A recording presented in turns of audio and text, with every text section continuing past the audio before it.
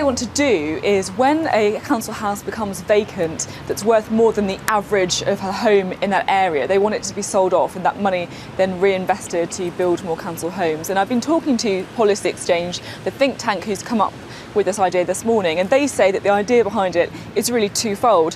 Firstly, about fairness. They say that everybody has to compromise in some way over how big their house is, where they want to live, and so it's only fair that those in social housing do that too.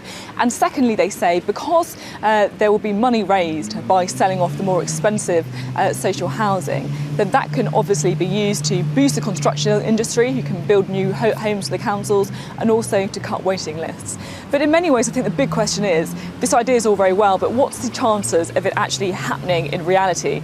Well, the Grant Shapps, who is the housing minister, has been making some quite positive noises, saying that it's blindingly obvious that councils should try and be efficient when it comes to social housing. But the official statement is a little bit less committal, I would say. So Grant Shapps has put out this statement to say, "I've been determined that we get Britain building and help the thousands of families who for years have been left languishing on social housing waiting lists.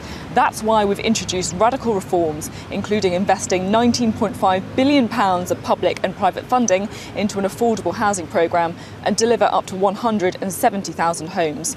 On top of this, councils looking to sell vacant social housing could now keep the receipts to invest in affordable housing, regeneration, or paying down housing debt in their area."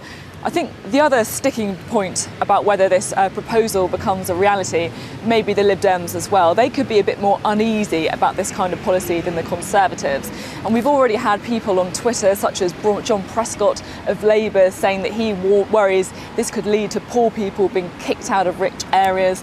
And also the National Housing Federation, who say that this could be a form of social cleansing. In other words, getting poorer people to move into so-called kind of ghettos, places where the housing isn't as expensive. And there's fear that that can lead to more segregation.